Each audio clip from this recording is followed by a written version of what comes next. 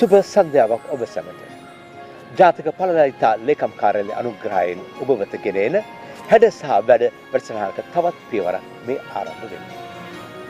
පුරා වසර කමාරක් තිස්සේ ඔබේ ජීවිත හැඩ කරවන්න කැමරා කාචයක එක මිටක වැඩ කරපු අප හැමදාම මේ වැඩසටහන නැරඹු ඔබටත් හැඩ සහ වැඩ වැඩසටහනටත් අද සුවිශේෂී දවසක්.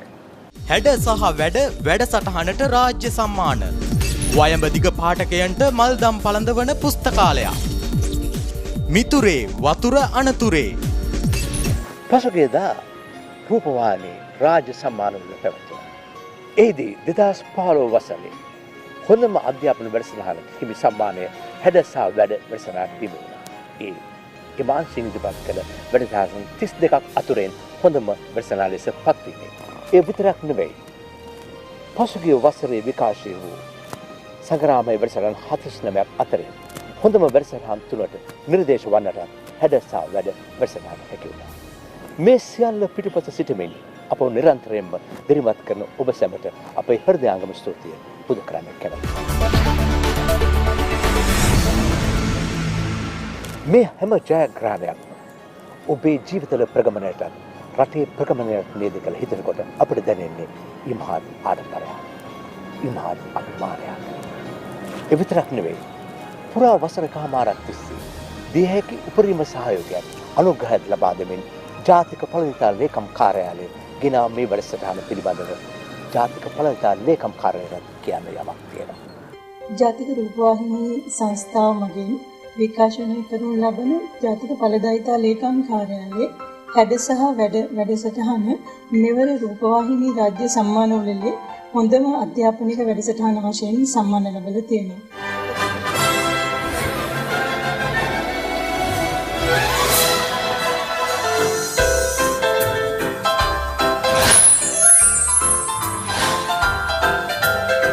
අධ්‍යාපනික වැඩසටහන වෙනුවෙන් සම්මානය හිමි කරගන්නේ ජාතික රූපවාහිනියේ විකාශය වූ හැඩ සහ වැඩ අධ්‍යක්ෂණය කළ චූලාංගනී හපුහින්න.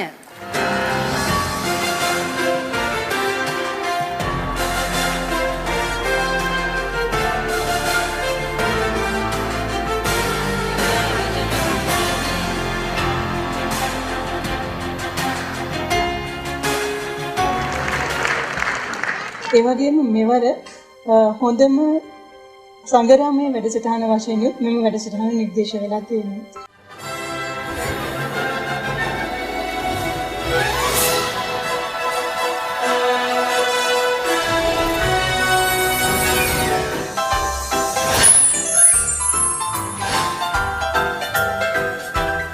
ඵලදායිතාවේ මේ කවිය කොහොම බලපෑමක් කරයි කියලා ජාතික ඵලදායිතා ලේකම් කාර්යාලයේ අපි ඉතාමත්ම සතුටු වෙනවා මෙම වැඩසටහන මෙවැනි ජනප්‍රියතාවයක් ලැබමින් රටේ ඉතාමත්ම වැදගත් වැඩසටහනක් වශයෙන් සමාජගත වෙලා තියෙන එක සම්බන්ධයි. ඒ වගේම රටක ඵලදායිතාවේ ඉහළ නැංවීමේදී මාධ්‍ය කාර්යභාරය ඉතාමත්ම තීරණාත්මක කාර්යභාරයක්. ඒ ඉතාමත්ම වැදගත් කාර්යභාරයක්. රටක් වශයෙන් අපි ඉදිරියට යන ගමනේදී රටේ ආර්ථික හා සමාජීය සංවර්ධනය සඳහා රට යොමු කිරීමේදී මේ සමාජමෙම ඵලදායිතා ප්‍රවර්ධන ජාතික වැඩපිළිවෙල සමාජගත කිරීමේදී මාධ්‍ය මෙහෙවර ඉතාමත්ම වැදගත් වශයෙන් අපි සැලකනවා. ඒ වගේම රූපවාහිනී සංස්ථාව මේ අවස්ථාවේදී ජාතික ඵලදායිතා ලේකම් කාර්යාලය සමග එක්ව මෙම වැඩසටහන සමාජගත කරමින් ඵලදායිතා ප්‍රවර්ධන ක්‍රමවේදයන් පිළිබඳව සමාජයේ දැනුවත් කිරීම සඳහා කටයුතු කිරීම ඉතාමත්ම කාලෝචිත තීරණයක් වශයෙන් අපි පිළිගන්නවා. ඒ වගේම ජාතික ඵලදායිතා ලේකම් කාර්යාලය අපි වර්තමාන රජයේ සංවර්ධන වැඩසටහන ඉතාමත්ම වේගවත් කරමින් ඵලදායිතා ප්‍රවර්ධන ක්‍රමවේද රාජ්‍ය අංශයට පෞද්ගලික අංශයට අධ්‍යාපනික ශාස්ත්‍රයට මෙන්ම ප්‍රජාවට හඳුන්වා දෙමින් එය සමස්ත රටේ සියලුම සෑම ශාස්ත්‍රයක්ම ආවරණය කරමින් ක්‍රියාත්මක කිරීම සඳහා විශාල වැඩසටහන් ඒ වගේම ව්‍යාපෘති ක්‍රියාකාරකම් රැසක් අපි දියත් කරලා තියෙනවා. මෙම කර්තව්‍යයේදී ජාතික ඵලදායිතා ලේකම් කාර්යාලය අයත් රාජ්‍ය පරිපාලන හා කළමනාකරණ අමාත්‍යාංශය අප සිහිපත් කළ යුතු වෙනවා. ඒ වගේම රාජ්‍ය පරිපාලන හා කළමනාකරණ අමාත්‍ය ගරු රංජිත් මද්දුම බණ්ඩාර මැතිතුමා ජාතික ඵලදායිතා ලේකම් කාර්යාලයට ඉතාමත්ම වගකීමෙන් ඉතාමත්ම වැදගත් ලෙස එතුමා අපිව යොමු කරමින් අපිව දිරිගන්වමින් අපට උපදෙස් සහ මඟ පෙන්වීම ලබා දෙමින් මෙම ඵලදායිතා ප්‍රවර්ධන වැඩපිළිවෙල සමාජගත කිරීම සඳහා දැඩි කැපවීමෙන් කටයුතු කරනවා. ඒත් එක්කම අමාත්‍යාංශ ලේකම් ජේ.ජේ. රත්නසිරි මහතා සහ අනෙකුත් කාර්ය මණ්ඩලය ජාතික ඵලදායිතා ලේකම් කාර්යාලයට ලබා දෙන සහාය අපි අගය කළ යුතු වෙනවා. මෙවර හොඳම රාජ්‍ය රූපවාහිනී වැඩසටහන වශයෙන් සම්මාන ලැබීමේදී අපි අමතක නොකළ යුතු කණ්ඩායමක් අපේ ප්‍රේක්ෂක ජනතාව. මෙම වැඩසටහන වටා විශාල ප්‍රේක්ෂක ජනතාවක් ඒකරාශී වෙලා ඉන්නවා. ඔවුන් මෙම වැඩසටහන නරඹමින් අපට නොයෙකුත් ආකාරයේ අදහස් යෝජනා ලබා දෙමින් මෙම වැඩසටහන තව දුරටත් ඵලදායී ලෙස ක්‍රියාත්මක කිරීම සඳහා ලබා දෙන සහාය අපි අගය කරනවා. ඒ වගේම සෑම ශ්‍රේෂ්ඨයකම මෙම ප්‍රේක්ෂක ජනතාවට තව තවත් ඵලදායිතා සංකල්ප පිළිබඳව දැනුම ලබා දීම සඳහා ජාතික ඵලදායිතා ලේකම් කාර්යාලය අපේ සමාජ මෙහෙවර 2017 වර්ෂයේදී තව දුරටත් ශක්තිමත්ව ක්‍රියාත්මක කිරීමට අපි අප වෙලා කටයුතු කරන බවට මේ අවස්ථාවේදී සඳහන් කරනවා. ඒ වගේම මෙම ඵලදායිතා ක්‍රමවේද සමාජගත කිරීම සඳහා සියලුම මාධ්‍යයට ඵලදායිතා ලේකම් කාර්යාලය සහ රාජ්‍ය පරිපාලන අමාත්‍යාංශය වගේම සමස්ත රාජ්‍ය සේවයේ සමග ඒකාබද්ධ වෙන්නේ කියලා අපි ඉල්ලා සිටිනවා. පොත්පත් කියවීමේ පුරුද්දක් තියෙන පුද්ගලයන් රටකට සම්පතක්. ඒ වගේ පුද්ගලයන් ඒකරාශී කරන එයට දැනුම මුදා හරින පුස්තකාලය සැබවින්ම රටට මාහැඟි සම්පතක්. අපි දැන් ඔබට කියන්න යන්නේ අන්න ඒ වගේ විශේෂ සේවාවක් කරන පුස්තකාලයක් ගැන. හොඳ පොතක් කියවුවම දැනෙන වින්දනය වගේම ජීවිත අවබෝධය කොයි වගේ එකක්ද කියලා වචනයෙන් කියන එක නම් ටිකක් අමාරු වැඩක්. ඒත් පොත් කියවීමත් එක්කම අපිටත් නොදැනීම වගේ අපේ ජීවිතවලට හරි අපූරු හැඩයක් එකතු වෙනවා. ඒ හැඩය ඔස්සේ අපි කරන හැම වැඩක්ම ලස්සන වෙන්න පටන් ගන්නවා. ජීවිතයේ විවිධ වූ දුෂ්කර අවදීන් හරහා සුරක්ෂිතව ඔබව එතර කරවන පොත්පත් කොයිතරම්නම් තියෙනවද? අන්න ඒ වගේ පොත් දහස් ගාණක් එක්ක අපේ රටේ වයඹදිග ප්‍රදේශය දැනුමෙන් පෝෂණය කරන පුස්තකාලයක් තමයි නාත්තණ්ඩිය හැරල්ඩ් හේරත් අනුස්මරණ පුස්තකාලය කියලා කියන්නේ. පසුගිය ජාතික ඵලදායිතා සම්මාන උළෙලේදී රාජ්‍යාංශයේ ක්ෂුද්‍ර පරිමාණාංශයෙන් මේ පුස්තකාලය මුළු දිවයිනෙන්ම දෙවන ස්ථානය ලබා ගත්තා. අන්න ඒ කතාව තමයි දැන් ඉතින් මේ දිග හැරෙන්නේ. අපි නාත්තණ්ඩිය මහජන පුස්තකාලය නාත්තණ්ඩිය බල ප්‍රදේශයේ පමණක් නොවේ ජාතික මට්ටමට දක්වා ඉහළ ඵලදායිතාවයකින් යුක්තව අද දවසේ පුස්තකාල සේවාවන්නේ තියෙන සියලුම ගුණාත්මක තත්වයන් වර්ධනය කරගෙන ඉතාමත් ඉහළ ස්ථානයකට පැමිණලා තියෙනවා. නාත්තණ්ඩිය මහජන පුස්තකාලයේ ඉතිහාසය ගැන කතා කරොත් 1975 තරම් අතීතයේ දිව යන ඉතිහාසයක් තියෙන්නේ. ඉතාමත් කුඩා ස්ථානයක ආරම්භ කරු පුස්තකාලය අද වෙන විට 2009 වගේ කාලයේදී මේ දෙමහල් ගොඩ නැගිල්ලකට ගෙනල්ලා සියලුම පුස්තකාල සේවාවන් සහ අංශ ස්ථාපිත කරලා අද වෙන විට බල ප්‍රදේශයේ තියෙන හොඳම පුස්තකාලය එහෙම නැත්නම් වයඹ පළාතේ ප්‍රථම ස්ථානය වයඹ පළාතේ තියෙන හොඳම පුස්තකාලය ලෙසින් අද දවස වෙන විට ඉහළ කාර්ය සාධනයක් සහිතව අපි මේ පුස්තකාලය ඉදිරියට පවත්වාගෙන යනවා. 2014 වර්ෂයේ ඉඳලා අපි ජාතික ඵලදායිතා ලේකම් කාර්යාලය සම්බන්ධ වෙලා ජාතික ඵලදායිතා තරගයට අයදුම් කරා. අපි සාමාන්‍යයෙන් අපි ඵලදායිතා සංකල්පවල මූලිකම සංකල්පයේ විදිහට S5 සංකල්පයේ ක්‍රියාත්මක වෙමින් තිබුණු යුගයක ඵලදායිතා සංවර්ධන නිලධාරීතුමිය හරහා අනිකුත් සියලුම ඵලදායිතා සංකල්ප අධ්‍යයනය කරලා ඒවා ගැන හොඳ අවබෝධයකින් යුක්තව 2014 සිට අපි ඵලදායිතා තරගයට සාර්ථකව මුහුණ දුන්නා. 2014 වර්ෂයේදී අපි ක්ෂුද්‍ර පරිමාණාංශයෙන් ලංකාවේ දෙවෙනි ස්ථානයකටපත් වුණා. ඒත් එක්කම අපිට එම සංකල්ප තවදුරටත් දියුණු කරමින් ඉදිරියට වැඩි වර්ධනය කිරීම තුළින් 2015 වර්ෂයේදී ජාතික ඵලදායිතා තරගයේ ක්ෂුද්‍ර පරිමාණාංශයෙන් ලංකාවේ දෙවනි ස්ථානයකටපත් වෙන්න අපිට හැකියාව ලැබුණා. නාත්තන්ඩිය ප්‍රාදේශ සභා බල ප්‍රදේශයේ ග්‍රාම නිලධාරී වසම් 94ක් ක්‍රියාත්මක වෙනවා. ඉතින් මේ ග්‍රාම නිලධාරී වසම් 94ටම අපිට පුස්තකාල සේවාවන් ලබා දීම දුෂ්කර බැවින් අපි 2013 වර්ෂයේ සිට ජංගම පුස්තකාල රථයක් ආරම්භ කරා. මම හිතන්නේ අපි ඊටමත් සාර්ථක ප්‍රතිඵල අද වෙන විට ඒකේ අත්විඳලා තියෙනවා. ප්‍රදේශයේ පුස්තකාලය තුලට එන්න අපහසු විශේෂයෙන්ම වැඩිහිටියන් වගේ පිරිස ඉලක්ක කරගෙන ළමා සමාජ ඒ වගේම මරණාධාර සමිති වගේ සමාජයේ පවතින විවිධ සංවිධාන ඉලක්ක කරගෙන අපි මේ ජංගම සේවාවන් ක්‍රියාත්මක කරනවා. ඒත් එක්කම අපි පුස්තකාලයෙන් නව තාක්ෂණයට අනුගත වෙමින් අපේ පුස්තකාලය තුල විවිධ සේවාවන් ක්‍රියාත්මක වෙනවා. විශේෂයෙන්ම නව තාක්ෂණයට අනුව Wi-Fi පහසුකම් යටතේ ක්‍රියාත්මක වෙන කලාපයක් බවට අපි පත් කරලා තියෙනවා. විද්‍යුත් පුස්තකාලය හරහා අද දවසේ පාසල් ළමයින්ට අවශ්‍ය කරන සියලුම ආකාරයේ දැනුම් තොරතුරු විද්‍යුත් මාධ්‍යයෙන් ලබා දීම අපේ විද්‍යුත් පුස්තකාලය හරහා සිදු කරනවා.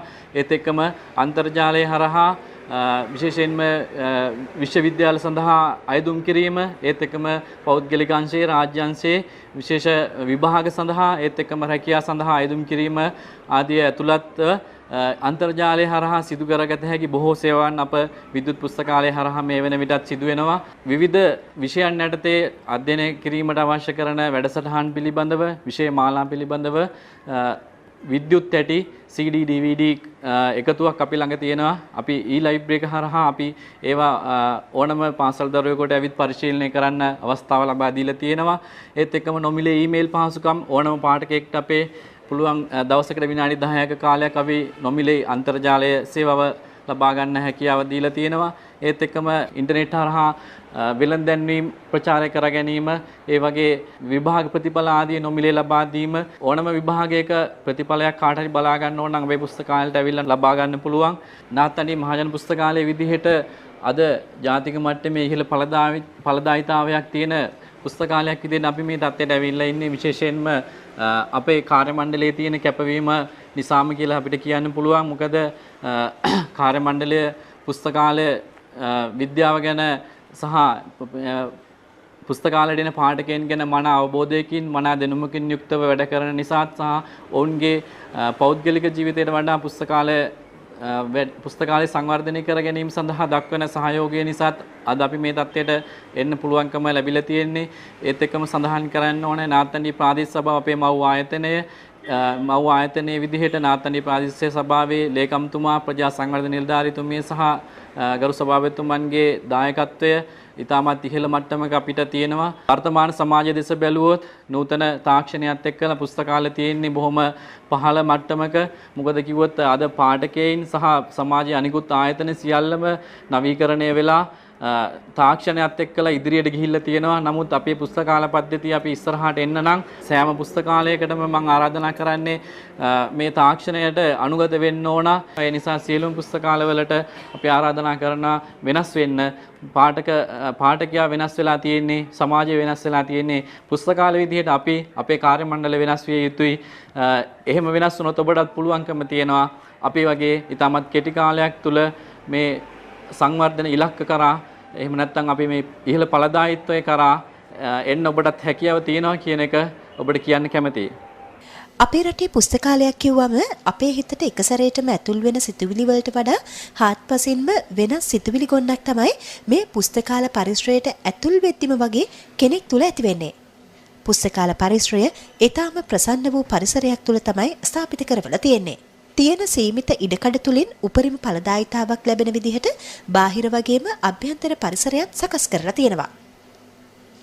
ඕනෑම පාඨකයෙක්ට පොතක් පත්තරයක් නිදහසේ කියවන්න අවශ්‍ය කරන මානසික ඒකාග්‍රතාව ඇති කරවන්න මේ පුස්තකාලයේ ඉන්න කාර්ය මණ්ඩලය සෑහෙන්න අපකප වෙලා. සාම්ප්‍රදායික පුස්තකාල කළමනාකරණ හා පරිපාලන ක්‍රියාපිළිවෙත් මේ පුස්තකාල පරිශ්‍රය තුලදී නම් දක්නට ලැබෙන්නේ නැහැ. ඒ වෙනුවට දැනට ලෝකයේ සම්මත නවීන තාක්ෂණික උපාංගත් එක්ක ඔවුන් පාඨකයන්ට ඉතා කාර්යක්ෂම වූ සේවාවක් මෙහිදී ලබා දෙනවා. පොඩි කාලේ ඉඳන්ම පොත්පත් කියවන්න හුරු වෙන එකේ ප්‍රතිඵල කෙනෙක්ට Tamanගේ ජීවිත කාලේ පුරාවටම හිමි වෙනවා. පේනවනේ ඒ වෙනුවෙන් පොඩිත්තන්ටත් වෙනම ළමා පුස්තකාලයකුත් මෙහි පවත්වාගෙන යනවා. ජාතික ඵලදායිතා ලේකම් කාර්යාලයේ මඟ පෙන්වීම යටතේ S5 සංකල්පය, කයිසෙන්, හරිත ඵලදායිතා වගේම ඵලදායිතා සංකල්ප රසක්ම මේ පුස්තකාලය තුළ හොඳින් ක්‍රියාත්මක වෙනවා. අමන්තානන්දයට පත් කරවන අමතර වූ සේවාවන් රසක්ම ලබා දෙන්න ඔවුන්ට දොරටු විවර වෙලා. ඕනෑම ආයතනයක් Tamanට හුරුපුරුදු රාමුවෙන් විතැන් වෙලා ඵලදායිතා සංකල්ප එක්ක Tamanගේ ගමන හැඩ කරගන්න උත්සාහ කරනවා නම් ඒ වෙනුවෙන් කැප වෙලා වැඩ කරන්න කැමති නම් ඒ තුලින් ලබා ගන්න පුළුවන් ප්‍රතිඵල අද්විතීයයි. ඒ න්‍යාය ප්‍රායෝගික භාවිතය තුලින් ජයග්‍රහණය කරපු නාත්තන්ඩියේ හැරල් හේරත් අනුස්මරණ පුස්තකාලය සත්‍ය වශයෙන්ම පාඨක ප්‍රජාව තුළ සදා අනුස්මරණීයයි. මම පාසල් යන කාලේ ඉඳලම මේ පුස්තකාලේ භාවිතා කරනවා. පුස්තකාලාධිපතිතුමාගේ හා කාර්ය මණ්ඩලයේ දැඩි කැපවීම මතින් මෙහි ඵලදායිතා සංකල්ප ක්‍රියාත්මක වෙනවා. ඒ නිසාම අපිට ඉතා ඉක්මනින් හා පහසුවෙන් අවශ්‍ය දැනුම හා තොරතුරු ලබා ගැනීමේ හැකියාව ලැබිලා තියෙනවා. ඉතාමත් ප්‍රසන්න පරිසරයක් පුස්තකාලයට තිබීම නිසා කුඩා දරුවෝ හරිම කැමති පුස්තකාලයට එන්න. කුඩා දරුවන් වෙනුවෙන් පරිගණක වැඩසටහන්, විවිධ තරඟ ආදී පුස්තකාලය මගින් සංවිධානය වෙනවා. වැඩිහිටි අපි වෙනුවෙනුත් ස්වයං රැකියා පුහුණු වීම, විවිධ අත්කම් පාඨමාලා ආදී දේවල් සංවිධානය වෙනවා. ඒ වගේම විනෝද චාරිකා ආදියත් මේ පුස්තකාලය තුලින් අපට ලැබෙනවා. ඉතින් මේ පුස්තකාලය නාත්තන්ඩිය ප්‍රදේශයට ලැබුණු මහඟු සම්පතක් කියලා තමයි මම හිතන්නේ. ආසින් වැටෙන එක ජල බිඳුවක් වගේ ප්‍රයෝජනයට නොගෙන අපතේ යවන්න එපා කියලා කියමන අපි කොයිතරම් අහලා තියෙනවද? මොනතරම් අපූර්ව කියමනක්ද ඒක? රන් බැකියා. හැබැයි මේ ජලනළුවෙන් වෙන ජලය මේ වගේ අපතේ යවන්නේ ඒ ජලය ආසින් වැටෙන්නේ නැහැ කියලා හිතාගෙනද මන්ද? මේ ගැන දැනගන්න නම් මේ රූපරාමු නරඹලම ඉන්න ඕන.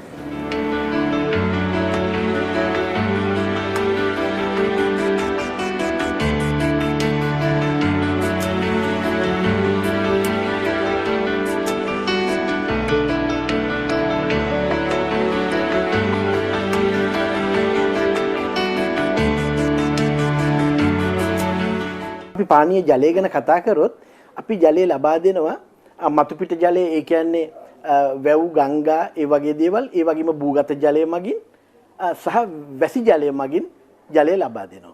ප්‍රධාන වශයෙන්ම වෙන්නේ ඇත්තටම මතු පිට ජලය, ඒ වගේම භූගත ජලය. ඉතින් ඇත්තටම මේ ජලයේ තියෙන වටිනාකම අද ලෝක ප්‍රජාවම කතා කරනවා ඇත්තටම. මොකද මේ අපේ ශ්‍රී ලංකාව තුල ගත්තොත් මැයි ජූනි මාසවල ජල ගැල්මක් තිබිච්ච අපිට හැබැයි පහුගිය කාලේ පුරාම දැඩි නියඟයට මුහුණ දෙන්න සිදු වුණා මුළු ලංකාව පුරාම. දැන් මේ දවස්වල යම්කිසි ප්‍රමාණයකට වැසි ලැබුණා වුණත් අපි පහුගිය මාස 3-4 තුල විශාල නියඟයකට මුහුණ දුන්නා. ඉතින් ඒ කියන්නේ මොකද්ද? මේ ජලය කියන එක අපිට ඊ타ත්ම වැදගත්, ඊ타ත්ම අර පරිස්සමෙන් සුරක්ෂිතව මේවා භාවිතා කරන එක. අපි විශේෂයෙන්ම ගත්තොත් මේ ජලය අර පරිස්සමෙන් පාවිච්චි කරන්න, ඒ වගේම ජලය ආරක්ෂා කිරීම ගැන, ජලය අපිරිසිදු වීමෙන් ඇලදොල ගංගා ආරක්ෂා කරගන්න එක, ඒ වගේම අපි විශාල වියදමක් වියදම් කරලා මේ ඇලේදොලේ ගංගාවේ තියෙන අපිරිසිදු ජලය පිරිපහදු කරලා මහ ජනතාවට බොණ්ඩ මට්ටමට ඉතාමත්ම හොඳ ලෝක සෞඛ්‍ය සංවිධානය නිර්දේශ කරන මට්ටමට පිරිපහදු කරලා දෙන්න විශාල වැයබරක් දරනවා. ඉතින් මේ ජලය ආරක්ෂා කර ගැනීම ඔබ අප සතු විශාල කටයුත්තක් වෙනවා. ඇත්තටම කියනවා නම් අපි පාවිච්චියේදී ගොඩක් ජල පරිභෝජනයේ අපේ ජල නාස්තියක් වෙනවා. විශේෂයෙන්ම අපි ගෙදර දොරේ ගත්තොත් අපේ ගෙදර ටැංකියකින් සමහරක් වෙලාවට පිටාර ගලන්න පුළුවන්. එහෙම නැත්නම් ඔය වැල්, එහෙම නැත්නම් පයිප් පුපුරලා ඒ වගේ දේවල් වලින් ජලය කාන්දු වෙලා ජලය නාස්ති වෙන්න පුළුවන්. එහෙමත් නැත්නම් අපේ වැසිකිලි කැසිකිලි වලදී අපි දන්නවා හොඳට ඔය සිස්ටම් වලින් දිගටම චූට ජලය කාන්දු වෙන්න පුළුවන්. ඒ වගේ ජලය අපතේ යම් සිදු වෙන්න පුළුවන්. ඒ වගේම අපි මේ ජලය පරිභෝජනය කරන ආකාරයේ රටාව අනුවත් ඇත්තටම ජලය නාස්තියක් සිදු වෙනවා. උදාහරණයකට ගත්තොත් මුළු තැන්ගෙයි අපේ කුස්සියේ ඇත්තම අපි පළතුරු ටිකක් සෝද ගන්න, එහෙම නැත්නම් එළවලු ටිකක් සෝද ගන්න, භාජනයකට වතුර අරගෙන සෝද ගන්නවා නම් ඊටම අඩු ප්‍රමාණයක් යනවා. එහෙම නැත්නම් ටැප් එක සම්පූර්ණයෙන්ම ඇරලා පාවිච්චි කරන්න ගත්තොත් විශාල ජල ප්‍රමාණයක් යනවා.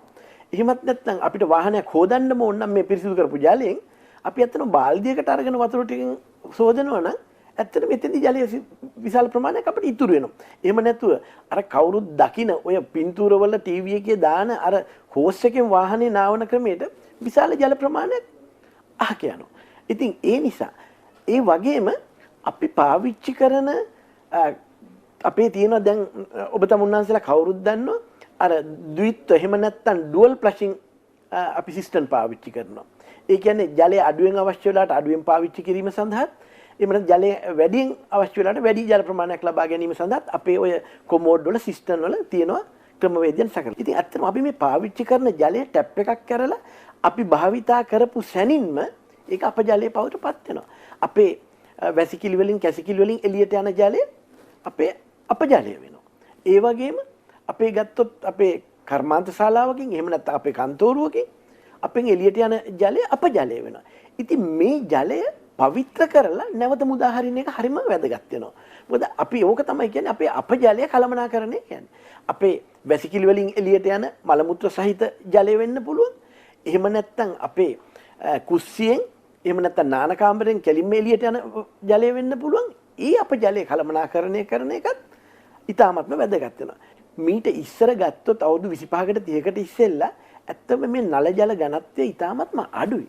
දැන් බැලුවොත් මේ නාගරික ප්‍රදේශවල හැම ගෙදරකටම නල ජලය දීලා තියෙනවා. එතකොට අපි මේ නල ජලය ගන්නවත් එක්කම අපිට අමතක වෙනවා අපේ ගෙදර තිබිච්ච මේ ලිඳ চিරාත් කාලයක් පාවිච්චි කරපු ලිඳ අමතක කරනවා අපි. එහෙම නැත්නම් මේ වහලෙට දාගත්තු වැහි බටේ අපිට අමතක වෙනවා.